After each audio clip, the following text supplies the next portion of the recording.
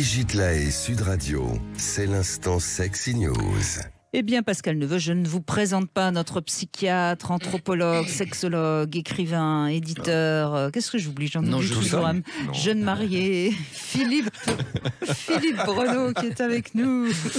Bonjour Brigitte. Et oui, les stéréotypes ont la peau dure, n'est-ce pas? Je vais essayer de vous parler des stéréotypes. Oui. Parce que c'est un mot que l'on utilise beaucoup et que l'on voit, il est tout au devant de la scène, notamment dans la sexualité. Est-ce qu'on sait exactement ce que ça veut dire? Les stéréotypes, c'est souvent véhiculé par des préjugés, parfois des phobies. Des croyances aussi. Alors, oui, on va en faire une croyance, c'est-à-dire qu'on va dire que c'est une croyance pour souvent stigmatiser les gens. Parce que pourquoi il n'y aurait pas du fondement? Il peut y avoir du fondement aussi. C'est une généralisation des comportements, c'est-à-dire une opinion à propos des membres d'un autre groupe que le sien. Mm-hmm. En matière de sexe, il y a beaucoup de stéréotypes. Attribution de rôle ou de caractéristiques à un sexe, à un genre, souvent prétexte à discrimination. Les femmes sont ceci, les hommes, les homosexuels, les trans. Je peux en citer quelques-uns je peux me faire plaisir, parce que là, on ne pourra rien me dire, c'était juste pour donner des exemples de stéréotypes. Hein. Alors, les blacks ont un zizi plus grand. Mais c'est vrai, par contre. C'est pas un stéréotype. Et même là, je ferai une chronique dessus, tiens. Voilà, parce que c'est une réalité objectivable. Je peux en trouver d'autres. Et il y a des raisons. On les appelle anaconda, d'ailleurs. Enfin, ces stéréotypes sont des traits attendus ou des préjugés attribués à une catégorie. Et je disais cela pourquoi? Parce que vient de paraître un travail vraiment passionnant, étonnant, de la sociologue Isabelle Claire, qui est sociologue au CNRS. J'ai reçu le livre, il est très bien.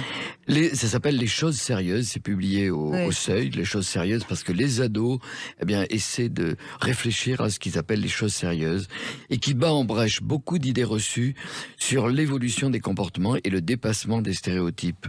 Alors elle est sociologue au CNRS, elle écoute depuis plus de 20 ans les ados sur le thème de l'amour, de la sexualité. Mais elle écoute l'émission de Brigitte Lahaie aussi. Et elle écoute l'émission de Brigitte, bien sûr. Non, je suis pas sûre, ça. Non, alors là, Par contre, elle a travaillé. Alors écoutez-moi là pour cette étude, que vous allez voir en quoi elle est très étonnante et elle mérite réflexion. Elle a travaillé sur 3 populations. Des ados, des cités de Seine-Saint-Denis, des villages de la Sarthe, c'est plutôt un milieu rural, et des quartiers aisés parisiens. Première constatation très générale, à 14 ans, les jeunes ados se définissent comme célibataires. C'est très curieux, parce que en fait, ils deviennent célibataires, c'est ce qu'ils disent. C'est-à-dire qu'ils ils passent d'enfants à célibataires. Avec, et c'est une conclusion très intéressante de son étude, c'est un profond changement de statut, le célibat étant vécu comme un manque, comme un déficit à combler que la notion de couple va résoudre. Et cette notion de couple, elle est dans les 3 populations. C'est la notion de couple hétérosexuel, c'est-à-dire quelque chose qui serait une sorte de stéréotype à atteindre. Alors, côté garçon, l'impératif manifeste, c'est être des hommes, afficher leur virilité, avec de profondes certitudes que les filles doivent faire preuve de réserve, ne pas montrer ses formes, ne pas transgresser les classes d'âge, ne pas être une dame alors qu'on est une ado, ne pas traîner, ne pas être une traînée, c'est-à-dire être le plus invisible possible.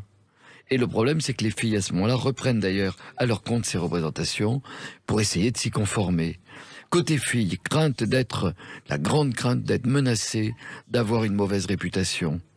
Si elles contreviennent à ces règles, la mauvaise réputation des filles, nous dit Isabelle Claire, est toujours liée à la sexualité. Les filles étiquetées ainsi adoptent une position de repli, et les commentaires, elle l'a bien cherché. C'est-à-dire que d'un côté, on se rend compte que les stéréotypes sont très forts et très anciens, on va dire, avec très peu de notions de tout ce qui nous est amené par les mouvements que nous défendons, les mouvements LGBT que nous défendons, mais par contre avec des traits extrêmement forts. Obligation sociale de la conjugalité hétérosexuelle des ados et une très forte homophobie, avec même des jugements extrêmement forts. C'est le plus surprenant, c'est la stabilité. On aurait pu penser que c'était dans, par exemple, dans les cités. C'était il y a 40 ans. Et même que c'était dans les cités et que ça ne serait pas dans tel milieu. Dans les 3 populations, elle observe les mêmes choses. Alors pourquoi? Moi, il me semble d'abord qu'il doit y avoir une homogénéisation par les réseaux sociaux. C'est-à-dire qu'on voit ce qu'il faut être si on est un garçon, si on est une fille.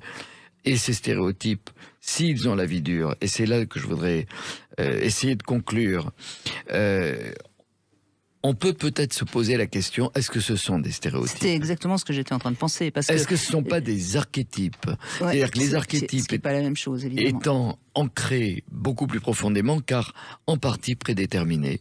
Ça, c'est insupportable, notamment pour la sociologie du genre, c'est-à-dire qu'il y ait des choses prédéterminées. Mais on se rend compte... Mais enfin, il serait peut-être temps qu'on puisse avoir un débat entre gens intelligents qui justement lisent ce genre de livres. Moi, j'ai lu récemment 2 livres de sociologues qui disent exactement la même chose, qu'il y a à peine 10% de jeunes qui s'intéressent au walking. Oui. Et c'est peut-être ce qui est en train de se faire actuellement. Donc il serait quand même intéressant que les médias soient un peu plus au courant de tout ça, parce que sinon on est en train de donner des... Qu'il n'y ait pas un focus sur ces stéréotypes, justement. Et peut-être pas terrorisé, parce que les médias, et beaucoup de journalistes d'ailleurs, véhiculent un discours qu'il faut pour arrêter la discrimination de l'homosexualité, de la transphobie, ok. Mais ça ne veut pas dire que ça doit devenir une sorte de discours terroriste. Non, la majorité des couples, à plus de 90%, sont hétérosexuels. Et ce n'est pas que un stéréotype de répétition. Mais non. C'est intéressant ce que vous racontez. Hier, je donnais un cours devant 50 étudiants qui bossent en ressources humaines, en com, publicité, etc.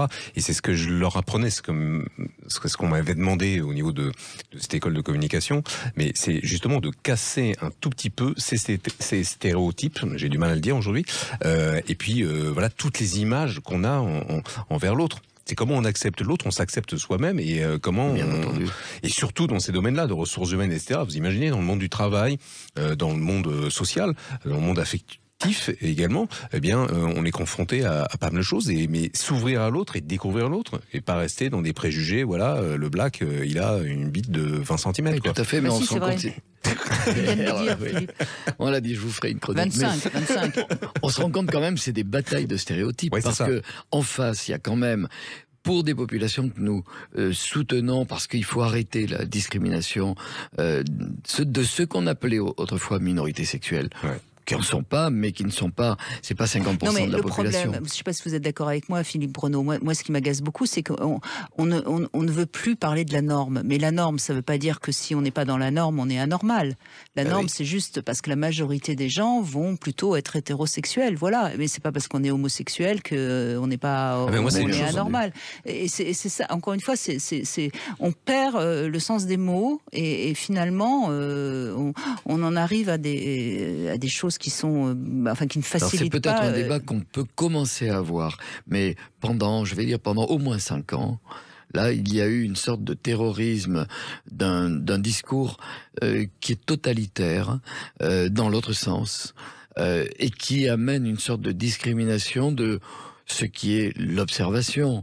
Et il faut surtout arrêter toute discrimination, mais il y a une observation, c'est-à-dire qu'il y a plus de 90% de couples hétéros. Je ne suis pas aussi positif que vous, Philippe Bruno, parce que quand on voit comment c'est totalitaire aussi, par exemple en politique, oui, bien sûr, ou même par rapport à l'écologie, etc., je ne vois pas pourquoi ça ne serait pas aussi totalitaire par rapport à la sexualité. Vous voyez, je suis pas aussi positif que vous, mais en tout cas, je lutte, je résiste. Oui. Moi, je suis un peu pessimiste également. Mais c'est une grande question, effectivement. Moi, j'ai un cours que je donne, et puis d'autres ont écrit sur le sujet. C'est quoi la différence entre le normal et le pathologique ? Et je pense que là, il y a réellement une césure. Et oui. On est d'accord. Parce qu'il est important de comprendre. Mais bien entendu, l'homosexualité est normale, c'est une variation normale de l'orientation sexuelle humaine. Déjà, c'est un peu... Bah si. C'est-à-dire qu'il y a des orientations différentes, qu'elles soient bi, qu'elles soient hétéro, qu'elles soient homo, mais ça ne veut pas dire qu'il y ait parité, mais c'est pas du tout pour l'empêcher. C'est que par l'observation, on est plutôt dans une très grande majorité d'hétérosexualité qui est peut-être pas uniquement sur une sorte de répétition du modèle, parce qu'il y a d'autres éléments en cours. C'est peut-être pour ça que ce sont des archétypes, c'est-à-dire il y a aussi des facteurs prédéterminés.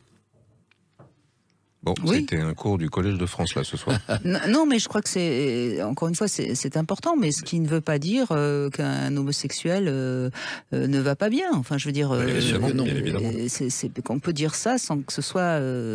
Tout à fait. Et je crois que nous, Philippe et moi, on risque quand même pas d'être traités d'homophobes, ou alors... ah non, pas du tout. Où est-ce qu'on va ? Mais voyez, Brigitte, c'est quand même... très rare. Là, je prends l'occasion de ce travail qui m'a tout à fait surpris parce que je ne pensais pas que ce serait aussi marqué cette espèce de d'homogénéité des populations ça me permet un dialogue sur une question que tout le monde s'interdit parce qu'on a très peur d'un jugement. Par exemple, vous êtes homophobe, vous êtes transphobe. Bien sûr que non. Hein, c'est-à-dire qu'on a l'impression qu'on ne peut pas parler d'hétérosexualité sans être taxé d'une sorte de normalisation. Vous êtes en train d'essayer de nous normer. Bien sûr que non. C'est-à-dire que ces ados ne sont pas non-binaires. Alors ça apparaît absolument pas. Et c'est compliqué parce qu'on voudrait nous imposer le fait que tout le monde devrait être non-binaire. Je crois qu'il faut être ce qu'on vient de dire à l'instant, très à l'écoute les uns des autres, très acceptant. Il n'y a aucune pathologie là-dedans. Il faut de permettre à ce que chacun puisse vivre son identité, son orientation, sans être discriminé. Et puis c'est tout. Vous avez vu le débat, alors c'est peut-être un peu hors sujet, etc., face à ce chanteur, j'ai oublié son nom, etc., oui. Qui va se produire dans un lieu qui a été désacralisé, etc. J'ai oublié son nom. Bref, et donc Bilal, quelque chose comme ça, je crois. Oui, exactement. Bref, et donc il y a une manifestation contre lui, mais moi j'ai l'impression, quand j'ai suivi cette affaire-là, que c'était une histoire d'homophobie, hein. C'est uniquement de l'homophobie, c'est-à-dire qu'en définitive, c'est quelque chose de très discriminant, alors que c'est un artiste que moi j'apprécie beaucoup, qui vit son homosexualité, mais dans la mesure où il l'a affirmé, eh bien effectivement, il va y avoir des réactions qui sont des réactions d'extrême droite et de milieux très cathos, qui veulent l'interdire, alors que c'est une église qui a été désacralisée il y a des siècles. Hein. Mais on est devant toutes ces intransigeances, alors que on devrait d'abord parler de faits d'observation et pouvoir dialoguer, discuter comme on est en train de le faire. Eh bien, c'est ce qu'on continuera à faire. Nous serons le dernier petit village gaulois, Philippe Bruneau, Pascal Neveu. Il faut défendre de toute façon toute personne dans son identité, tout ce qu'il est, etc. Sinon, on suicide tous. Hein. Sinon, ça devient réellement une déshumanisation de la société. C'est juste un mot qui s'appelle tolérance, me semble-t-il. Tout à fait. Voilà, ce micro est tolérant. Hein, cette émission est tolérante, c'est évident. Parlons vrai. Merci Philippe Bruneau, et je rappelle qu'on peut vous retrouver évidemment dans beaucoup d'ouvrages, et notamment dans votre roman Taxi Thérapie aux éditions Serge Safran.